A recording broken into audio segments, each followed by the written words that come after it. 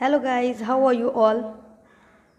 This is Sabah and welcome back to the Pioneer class. Today I am going to describe a poem which name is A Legend of the Northland. Northland की legend. Northland basically यहाँ पर use किया है जो Antarctic lands होते हैं, जो वहाँ का क्षेत्र होता है, नॉर्थ पोल्स के अराउंड के जो एरियाज़ होते हैं उनके बारे में वहाँ की एक स्टोरी है, उसको यहाँ पर फेबे कैरी ने कंपोज किया है। और ये जो पोएम है आपकी a legend of the Northland, ये एक बैलेड है। बैलेड कहते हैं ऐसी पोएम को जो कि जिसमें किसी स्टोरी को नरेट किया जा रहा हो शॉर्ट स्टेंजाज में, वो बैलेड कहलाता है। फर्स्ट ऑफ ऑल मैं आपको इस जो ये पोएम है आपकी उसकी जो समरी बताऊंगी, उसके बाद मैं लाइन टू लाइन डिस्क्राइब करती हूँ। सो इस पोएम को कंपोज किया है फेबे कैरी ने। फेबे कैरी जो है वो यंगर सिस्टर है एलिस कैरी की। तो इस पहले जो स्टार्ट हुई आपकी पोएम, उसमें जो नॉर्थ लैंड के जो एरियाज़ हैं, वहाँ के जो नॉर्थ पोल के एरियाज़ हैं, उसके बारे में डिस्क्राइब किया है कि वहाँ पर बर्फ़ पड़ती है बहुत ही ज़्यादा, और वहाँ के जो डेज़ होते हैं बहुत ही ज़्यादा शॉर्ट्स होते हैं, और जो नाइट्स होती हैं वो बहुत लंबी होती हैं, लॉन्ग होती हैं। फिर वहाँ पर जो घर बनाए जाते हैं वो आप सबको पता है, आपने सोशल स्टडी में पढ़ा होगा कि बर्फ़ के गोले से बनाया जाता है, जिसे आप इग्लू कहते हैं। और वहाँ के जो बच्चे होते हैं, जो भी लोग होते हैं, वो बहुत ज़्यादा फरी मोटे कपड़े पहनते हैं और उसमें वो कैसे लगते हैं, जैसे किसी भालू के बच्चे की तरह से लगते हैं। तो इस पोएम में एक सेंट पीटर है, उनकी स्टोरी को बताया गया है। जैसे कि कहानियाँ सुनाई जाती हैं बच्चों को, वैसे बच्चों को यहाँ पर कहानी सुनाई जाती है। तो सेंट पीटर जो थे वो प्रीच करते करते यानी धर्म का उपदेश देते देते एक बार आते हैं और घूमते घामते इनको बहुत ज़्यादा भूख लगती है। तो एक घर के सामने से इनको बहुत ज़्यादा खुशबू आती है, तो उस जगह पर ये खड़े हो जाते हैं और फिर वो क्या देखते हैं कि वहाँ पर एक लेडी जो है वो केक बेक कर रही है। तो वो उससे मांगते हैं कि क्या 1 केक उनको मिल सकता है। वो वुमन कहती है ठीक है ओके, मैं आपको केक देती हूँ। लेकिन जब वो देने लगती है तो उसको देने के लिए वो केक बहुत ही ज़्यादा बड़ा लगता है, लार्ज साइज लगता है। तो वो सोचती है कि मैं दूसरा बना लूँ। तो होता क्या है, वो फिर से जाती है और उस केक को फिर से बेक करती है थोड़ा छोटी पीस में, लेकिन जब वो देने लगती है तो वो फिर से बड़ा होता है। तो वो शी बेक्ड अगेन, एक बार फिर से वो केक को बेक करती है छोटे साइज़ में। लेकिन जब वो छोटे साइज़ में बेक करती थी, बेक होने के बाद वो फिर बड़ा हो जाता था। तो बड़ा होने का मतलब जो भी जिस साइज़ में था वो जब फूलता है तो बड़ा तो हो ही जाता है साइज़ से ऊपर। 3 बार उसने ऐसा किया। उसको ऐसा करते हुए देख के सेंट पीटर जो थे वो बहुत ही ज़्यादा एंग्री हो गए, गुस्सा हो गए, और उन्होंने उससे कहा कि तुम इस लायक नहीं हो कि तुम ह्यूमन के रूप में, किसी इंसान के रूप में इस दुनिया में रह सको। You are not fit to live in human form. फिर वो उसको कर्स करते हैं, और इसको जब कर्स करते हैं तो वो जो वुमन होती है वो एक वुड पेकर में चेंज हो जाती है, और उसके जो कपड़े होते हैं वो सारे जल जाते हैं, उसके सर पे जो सिर्फ ताज होता है वो ही रह जाता है। तो ये है आपकी पोएम की summary, a legend of the Northland. So move on to the line to line description. As I told that this poem narrates the legend of an old lady who angered Saint Peter because of her greed, जिसने अपनी लालच की वजह से Saint Peter को गुस्सा कर दिया. So let's start. Away in the northland, where the hours of the day are few and the nights are so long in winter that they cannot sleep them through. Away यानी बहुत दूर सुदूर, Northland में बता रहे जहाँ पर घंटे जो होते हैं, दिन के जो आवर्स होते हैं वो बहुत ही ज़्यादा छोटे होते हैं, कम होते हैं। And the nights are so long in winter, और जाड़ों में रातें लंबी होती हैं। That they can not sleep them through, इतनी लंबी होती हैं कि वो परमानेंटली सो भी नहीं पाते हैं। Where they harness the swift reindeer to the sledge where it's snow and the children look like bears cubs in their funny furry claws. और ऐसे जगह पर जहाँ पर रेंडियर्स रहते हैं और अपने खेतों को जोतने के लिए, बर्फ़ में जो उनके होते थे उसको जोतने के लिए एक जो बर्फ़ की गाड़ी होती है जिसे स्लेज कहते हैं, उसको बनाया जाता है। और जो वहाँ के जो बच्चे होते हैं वो कैसे लगते हैं, अपने मोटे मोटे फरी कपड़े पहनने के बाद वो बियर के कब्स की तरह लगते हैं। Then tell them a curious story. I don't believe it's true and yet you may learn a lesson if I tell the tale to you.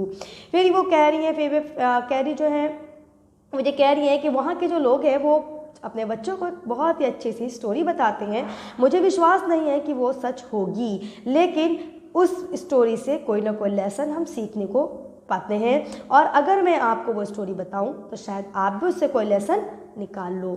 Once When the good Saint Peter lived in the world below and walked about preaching just as he did, once, जैसे story शुरू होती है आपकी once upon a time, वैसे ही अब ये narrate यहाँ से आपकी वो स्टोरी शुरू हो रही है इस पोएम के अंदर कि एक बार गुड सेंट पीटर जो थे lived in the world below, जो कि वर्ल्ड बिलो यानी क्राइस्ट के ज़माने से ही, जब जीसस क्राइस्ट थे उस समय से ही रह रहे थे, और वो प्रीचिंग कहते हैं उपदेश देते हुए जाना हुआ, वो वॉक करते थे उपदेश देते हुए जस्ट एज ही डिड, जैसा कि वो करते हैं आप जानते हैं। He came to the door of a cottage in traveling down the earth where little woman was making cakes and baking them on the earth। फिर वो घूमते टहलते हुए एक झोपड़ी के दरवाजे पर आते हैं, जो जहाँ पर उनको खुशबू आती है उनकी नाक में, और जब वो अर्थ का भ्रमण कर रहे थे, ट्रैवलिंग कर रहे थे, तो वो एक कॉटेज पे आकर रुकते हैं, जहाँ पर एक छोटी वुमेन, लिटिल वुमेन दिखाई गई, साइज में छोटी थी, जो एक केक को बेक कर रही थी, and baking them on the earth, चूल्हे में उनको बेक करने के लिए रख रही थी।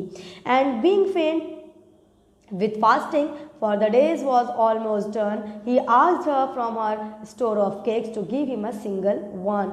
तो वो क्योंकि इतने दिन से घूम टहल रहे थे और भूख भी उनको लगी हुई थी, बहुत सारे दिनों से उन्होंने कुछ भी खाया नहीं था, इसलिए वो उस वुमेन से एक केक खाने के लिए सिंगल वन देने को कहती हैं।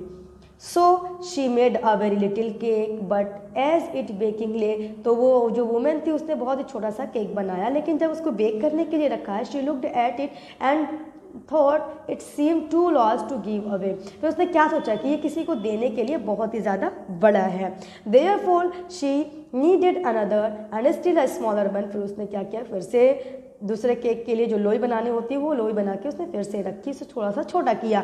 But it looked when the turn it over, लेकिन जब वो बन के तैयार हुआ वो फिर से as large as the first had done, जैसा कि पहला बना था उतना बड़ा वो बना।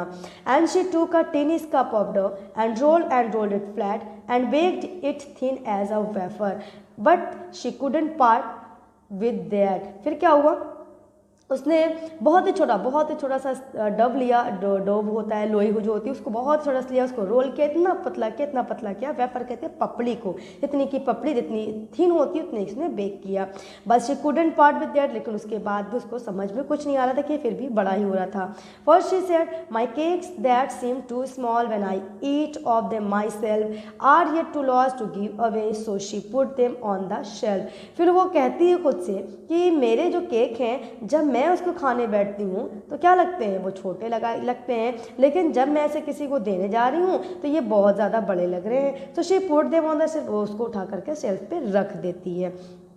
देन गुड सेंट पीटर गिरी वेंगे, उसको ऐसा करते हुए देखकर जो सेंट पीटर थे उनको गुस्सा आ जाता है। For he knew hungry and faint, क्योंकि उनको बहुत ज़्यादा भूख लगी हुई थी। And surely such a women was enough to provoke a saint, और ऐसा करके वो जो वूमेन थी वो किसी भी सेंट को गुस्सा दिला सकती थी। And he said, you are far too selfish to dwell in a human form, to have both food and shelter and fire to keep you warm। वो कहते हैं उस लेडी से कि तुम तो बहुत ज़्यादा सेल्फिश हो, तुम एक ह्यूमन फॉर्म में रहने के लायक नहीं हो, तुम्हें खाना और छाया सर के ऊपर जो छत तुम्हें मिली हुई है, तुम्हें ये सब मिला हुआ है, और आग दी गई है तुम्हें कि तुम अपने आप को वार्म कर सको, गर्म रख सको, लेकिन तुम इन सब के लायक नहीं हो।